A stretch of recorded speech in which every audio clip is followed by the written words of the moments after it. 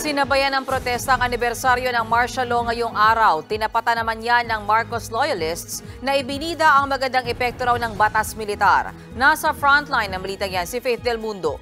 Never again! Never again! Never again to martial law!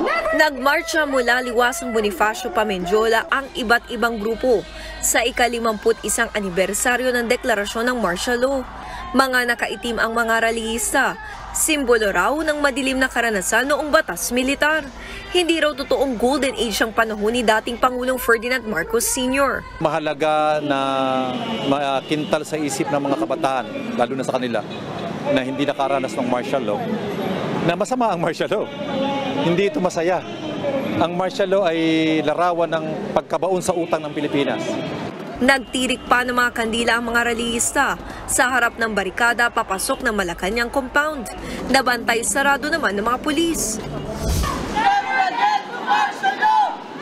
May ilang militanteng grupo ring nagtipon-tipon sa bantayog ng mga bayani sa Quezon City.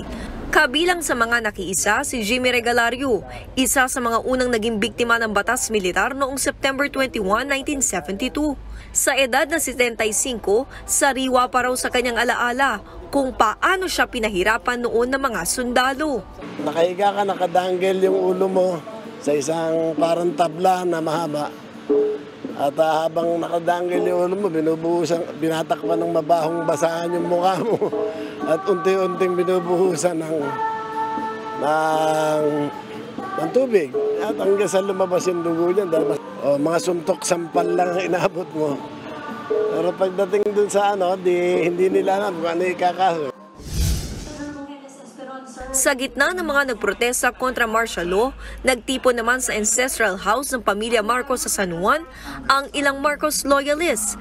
Nagdaos ng forum na pinangunahan ng panganay ng dating Pangulo na si Senator Amy Marcos. Kinausap muna kami ng tatay ko, sabi niya, hindi ako sigurado sa mga mangyayari sa mga susunod na buwan.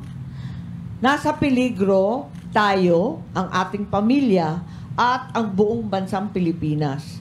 Ayoko na kayong isipin. Kailangan ko magdesisyon.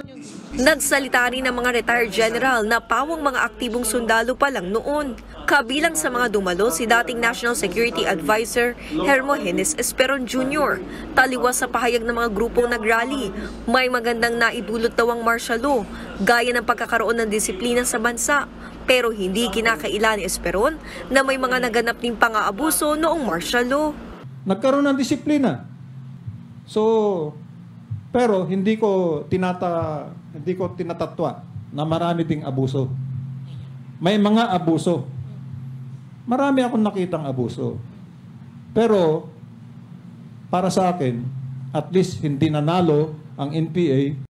Ayon sa Amnesty International, hindi bababa sa 50,000 ang inaresto at ikinulong noong panahon ng martial law.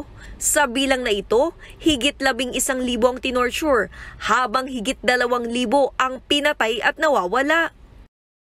Nagbabalita mula sa Frontline, Faith Del Mundo, News 5. Mga kapatid, may Los Baños po. Huwag magpahuli sa mga balita at impormasyong dapat ninyong malaman. Para sa mas malawak na balitaan at diskusyon, mag-follow at mag-subscribe sa social media pages ng News 5.